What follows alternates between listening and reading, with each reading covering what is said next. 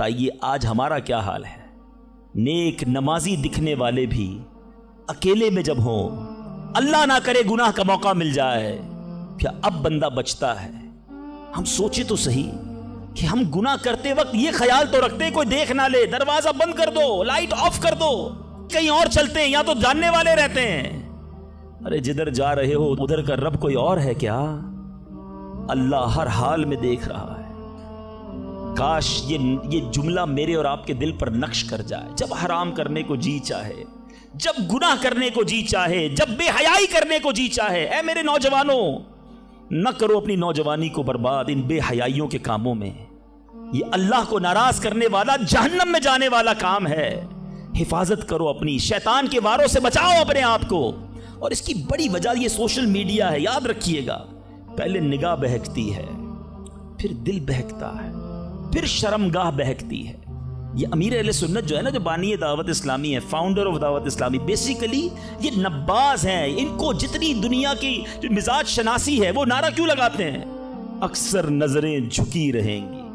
شاید بہت سو کو سمجھ نہیں آتا کہ یہ نیچی نگاہوں کی بات کیوں کرتے ہیں۔ آج کے دور میں جہاں ہر طرف بے پردگی ہے، ہم پاکستان کی ساری خواتین کو برقع نہیں پہنا سکتے، مگر اپنی نظروں کو تو نیچا کر سکتے ہیں نا، اپنی نگاہوں کو تو حیا کی چادر اڑا سکتے ہیں۔ تو خدا را اگر حرام سے بچنا ہے، گناہوں سے بچنا ہے، تو پہلے نگاہیں جھکائیے، پہلے آنکھوں سے حرام نہ دیکھیے۔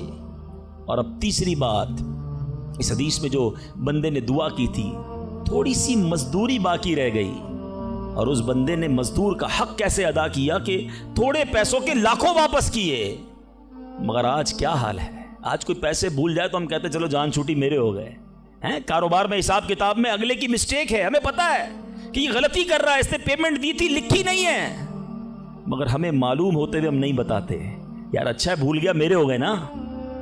کسی کا مال دباتے ہوئے نہیں سوچتے، کسی کے پیسے کھاتے ہوئے، قرضہ لے کر لوگ کہتے جاؤ وصول کر سکتے ہو تو کر لو۔ یاد رکھیے، امام اہل سنت فرماتے ہیں، جو کسی کے 3 پیسے جان بوجھ کر دبا لے، I'm not talking about millions rupees، آج لاکھوں روپے لوگ ہڑپ کر جاتے ہیں، ہزاروں ہڑپ کر جاتے ہیں۔ سنو، اعلیٰ حضرت فرماتے ہیں جو کسی کے 3 پیسے دبا لے، اس کو قیامت کے دن ان 3 پیسوں کے بدلے 700 با جماعت مقبول نمازیں دینی پڑ جائیں گی۔ کدھر سے لائیں گے ہم 700 نمازیں با جماعت مقبول؟ ایک ایک روپیہ لوگوں کو واپس کیجئے۔ بھول گیا ہے، آپ جا کر لوٹائیے، یاد دلائیے اسے، ایسے معاف نہیں ہوگا۔ آج لوگ کہتے ہیں میرا بگاڑ ہی نہیں سکتا کوئی۔ ٹھیک ہے، آج آپ کا کوئی نہیں بگاڑ سکتا، بڑے روب والے ہیں، بڑا عہدہ ہے آپ کے پاس، آپ چودھری ہیں، آپ کسی علاقے کے بڑے ہیں، منسٹر ہیں، کونسلر ہیں، واٹ ایور، لیکن آج اگر وہ مظلوم آپ کا کچھ نہیں بگاڑ سکتا نا، یاد رکھنا کل اللہ مظلوم کے ساتھ ہوگا۔ قیامت کے دن مظلوم کا ہاتھ ہوگا اور ظالم کا گریبان ہوگا۔ اس دن حساب دینا پڑے گا۔ تو خدا را اگر زندگی میں کسی پر ظلم ہو گیا ہے، اگر زندگی میں کسی کا حق دبا لیا ہے، اسے نہیں پتا، اب جا کر لوٹائیے یا تو معاف کروائیے، ورنہ قیامت کے دن مہنگا پڑ جائے گا۔ بہرحال میں پھر آتا ہوں اپنے ٹاپک کی طرف، اور وہ میرا ٹاپک آج ہے دعا۔ تو پتہ چلا کہ دعا یہ مومن کا ہتھیار ہے، مگر آج بڑا عجیب معاملہ ہے کہ دعا میں ہمارا وہ کنسنٹریشن نہیں ہوتا، دعا میں وہ توجہ ہی نہیں ہوتی۔ ہم شاید نماز بھی پڑھ لیں، تلاوت بھی کر لیں، جب دعا کی باری آتی ہے ہم اس کام کو بڑا آرڈنری سمجھتے ہیں۔ ہم سمجھتے ٹھیک ہے امام صاحب دعا کرا رہے ہیں، ہم بھی آمین کہیں، کبھی ادھر دھیان ہے، کبھی ادھر دھیان ہے، خیال کہیں اور ہے۔ نہیں میرے میٹھے اسلامی بھائی، ذرا دعا کی اہمیت سمجھو۔ دعا ہے کیا؟ دعا کس کی بارگاہ میں بات ہو رہی ہے؟ پتہ ہے آپ کو کس سے بات ہو رہی ہے؟ اللہ سے ڈائریکٹ بات ہو رہی ہے۔ دنیا میں کسی پرائم منسٹر، کسی صدر، کوئی بڑے بادشاہ سے بات کرنی ہو، ہمیں یہ پریویلیج نہیں ملتا، ہمیں یہ آسانی تھوڑی کہ ہم ڈائریکٹ کسی سے بات کر لیں، اپوائنٹمنٹ لینا پڑتا ہے، ٹائم بڑی مشکل سے ملتا ہے، غریب آدمی کو تو ملتا بھی نہیں، بہت بڑی سورس بھی لگائیں۔ اچھا جناب 2 مہینے بعد آپ کی باری آئے گی، 2 منٹ بات کر سکیں گے آپ، 3 منٹ سے زیادہ بات نہیں کر سکیں گے، یعنی دنیا والوں کے پاس جا کر ٹائم لینا ڈیفیکلٹ۔ جو ساری کائنات کا مالک ہے، جو احکم الحاکمین ہے، جو رب العالمین ہے، ارے دنیا کا کوئی بندہ چاہے اس سے بات کرنا، اٹھائے ہاتھ اور مانگنا شروع کر دے،